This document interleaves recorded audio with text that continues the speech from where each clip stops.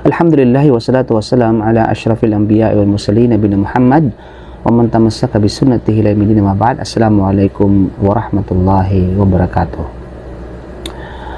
Sa video na ito mga kapatid, tayo ay tutugon sa ilan sa mga katanungan ng ating kapatid na pinadala sa atin sa pamamagitan ng kanilang messenger. At ang katanungan na ito ay insyaallah magbibigay sa atin ng kaliwanagan, kalinawan at dagdag na kaalaman patungkol sa ating din. Sabi niya, Ustad, may katanungan po ang isang brother dito na taga-India. Actually, ang tanong mga kapatid ay nasa Dubai ngayon. Ang problema niya po ay ang land title na pinakorek sa government office. Pero ang problema, ilang taon nang hindi naayos. Dahil ang sabi ng isa sa staff ng office, kailangan niyang magbayad ng perang under the table upang maayos na daw ang mga document na pinapagawa niya. Ngayon ang tanong niya ay okay lang ba daw na bayaran na lang niya ang office para asikasuhin at matapos na ang mga document. Salamat Ustad. Insyaallah mabigyan niyo po ng kaliwanag. Jazakallahu khaira. Mashallah. Actually, ang katanungan na ito mga kapatid ay hindi lamang nangyari sa isang tao. Bagkus nangyari ito sa iba't ibang tao mula sa mga kapatiran natin ay naging biktima rin ng ganitong kalakaran. Na kapag wala kang binigay na pera, ay hindi mo makukuha ang karapatan mo. Hindi mo makukuha ang anumang para sa iyo dahil kailangan mo muna magbayad ng karampatang bayaran na samantalang wala naman ito at hindi naman ito kabilang sa protocol o hindi kabilang sa tamang proseso na pinahintulutan. At yan ay bagay na nalilito ang kapatid natin, mga kapatid natin, kung ito ba ay naayon sa tama o kaya na may salungat sa batas ng Sharia. Now, merong dalawang termino na dapat nating malaman at mabigyan ng kahulugan at pagkakaiba ng mga ito. No? Ano ba ang dalawang termino na ito? So, mayroon tayong term na rashwa o rishwa. Ang ibig sabihin ng rashwa o rishwa ay bribery or panunuhol sa Tagalog. At meron din tayong term na wasapa. Ang wasapa ito ay intervention or sabihin nating mediator o di naman kaya ay pamamagitan. Okay? So inshallah subhanahu wa ta'ala sa video na ito ay ating ipapaliwanag ang pagkakaiba ng dalawa at kung kailan ito pwede at kung kailan ito hindi pwede na ayon sa batas ng Sharia. Una ay walang iba kundi ang wasapa. Ano bang ibig sabihin ng wasapa or intervention sa wikang Ingles or pamamagitan naman sa ating wika? So, ang wasapa ay nangangahulugan ng pamamagitan. At ang pamamagitan ay maaring mabuti o di naman kay maaring masama. Ang mabuting uri ng pamamagitan ay yaong nakatutulong sa mabubuting bagay at nagsisilbi ito upang makamit ang pinahihintulutan nang, of course, hindi nilabag ang mga karapatan ng iba o inuuna ang isang hindi karapat-dapat na unahin. Yan po ang ibig sabihin ng tinatawag na wasapa. Ang masamang uri naman ng wasapa, mga kapatid, ay yaong tumutulong sa masasamang bagay, no? O isang paraan ng paggawa ng masama at nagbibigay ng kagustuhan sa mga hindi karapat-dapat dito. So ito ay maaring gawin ng may bayad o di naman kaya ay walang bayad o walang suhol sa tagapamagitan na gawin ito. So dalawang uri po ng wasapa, pwede at saka hindi pwede, mabuti at saka tinatawag na masama. Sa kabilang panig naman, ang rashwa o rishwa, ito ay tinatawag na bribery sa English at sa ating wika ito naman ay panunuhol. Ay nangangahulugan ng pagbibigay ng pera sa isang tao kung saan kinukuha ng isang tao ang isang bagay na walang karapatan. Tulad ng panunuhol sa isang hukom, halimbawa, upang hatulan siya ng mali. No, babayaran. Marami po yan sa mga korte. No, yung mga walang pakundangang mga nasa korte na gumagawa ng korupsyon at ang nasa isip lamang ay walang iba kundi paano kumita. kahit pa ito ay agrabyado sa isang tao na nasa panig niyang katotohanan. So halimbawa, susuhulan niya ang isang tinatawag na hukom upang hatulan siya ng mali o hatulan ng isang tao ng mali, no? O pagsuhol sa isang opisyal upang bigyan siya ng kagustuhan kaysa sa iba. Diba? O kaya bigyan siya ng pabor, no? Ano man ang nais siya sa isang posisyon, sa isang pwesto, o upang bigyan siya ng isang bagay kung saan siya hindi karapat-dapat dito. Samantalang hindi naman siya karapat-dapat at suitable doon sa posisyon na yaon. So, babayaran niya para magkaroon ng posisyon. Samantalang hindi naman siya akma at hindi siya nababagay sa posisyon na yaon o kay sa pwesto na yaon. Okay? Ang rishwa o bribery, panunuhol, ay isang malaking kasalanan sa batas ng Islam. Dahil ang propeta Muhammad sallallahu alaihi wasallam ay nagwika, no, sa hadith ni Imam Ibn Majah. At ito ay minarkahan ng Albani rahimahullah bilang sahih, no? Sinabi ni Prophet sallam, la'natullahi 'ala rashi wal murtashi.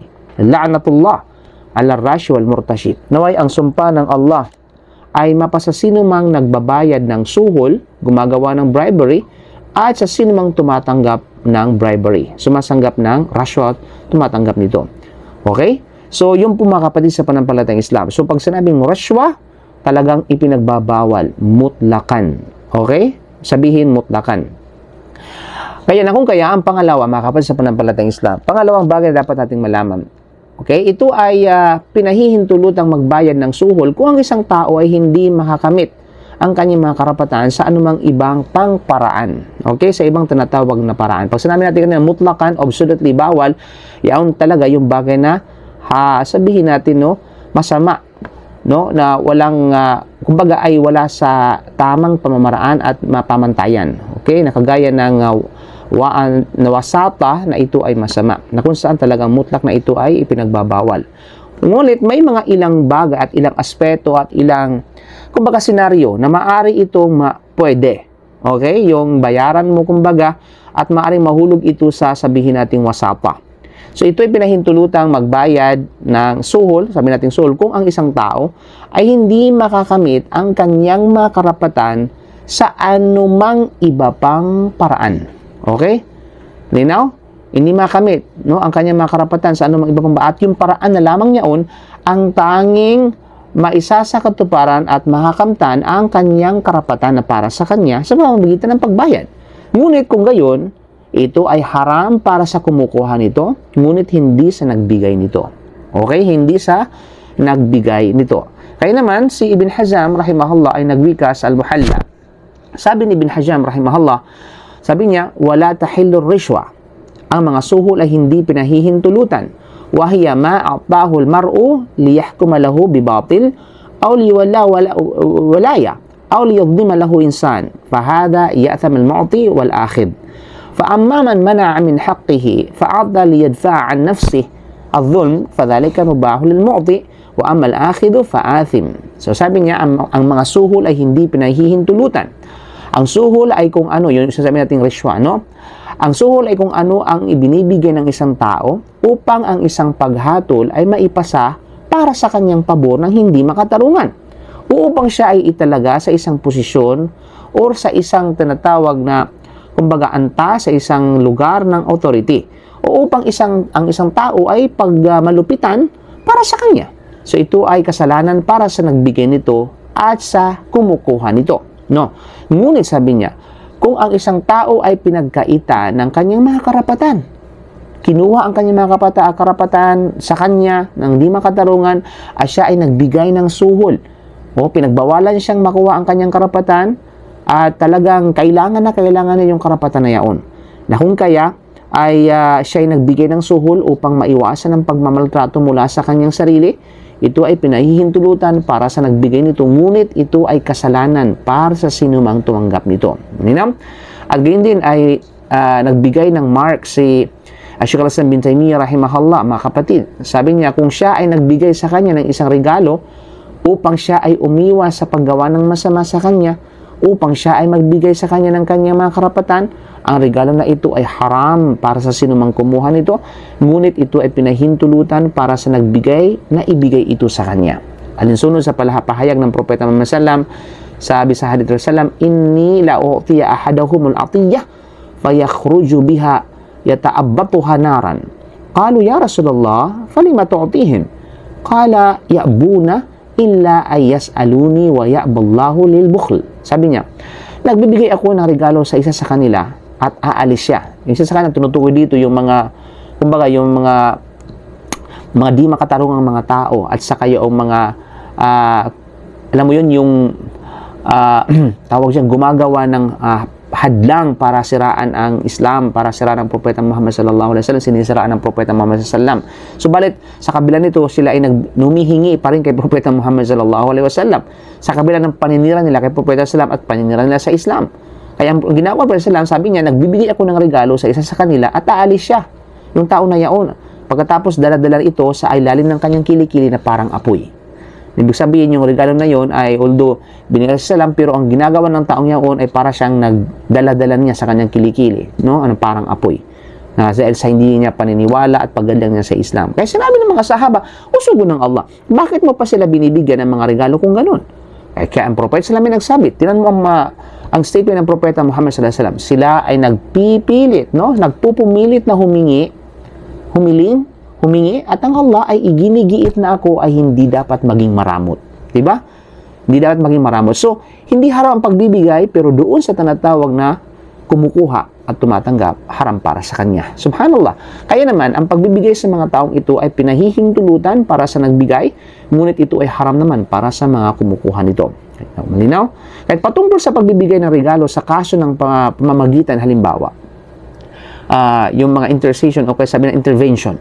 Tulad ng kung ano ang isang tao ay namamagitan para sa isang taong may authority upang maibsan siya sa maling gawain o upang matulungan siyang makuha ang kanyang mga karapatan or upang matulungan siyang makakuha ng posisyon para sa kung saan siya kwalipikado o upang tulungan siyang magpatala sa hukbo halimbawa habang siya ay kwalipikado para roon o upang makakuha siya ng pera na ibinibigay bilang isang waqf para sa mga may hirap, fuqaha, mga mambabasa ng Quran, mga Quran reciter, no, mga qurra, o mga sumasamba, mga worshippers.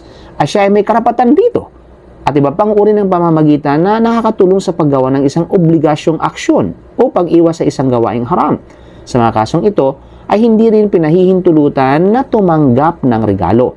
Ngunit pinahihintulutan para sa nagbigay na magbigay ng makakatulong sa kanya upang makamit ang kanyang mga karapatan o itakwil ang masamang pagtrato. Ito ang sinaysay mula sa salaf at mga dakilang imam.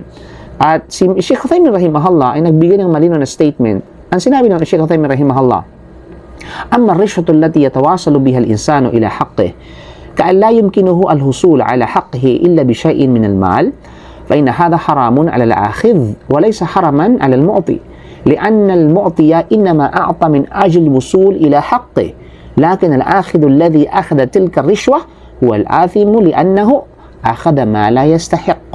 Sabi ni Sheikh Uthaymin, kung tungkol sa mga suhol na sa pamamagitan nito ay nakakamit ng isang tao ang kanyang mga karapatan, tulad ng kapag hindi niya matamo ang kanyang mga karapatan maliban sa pamamagitan ng pagbabayad ng pera, ito ay haram para sa sinumang tumatanggap nito.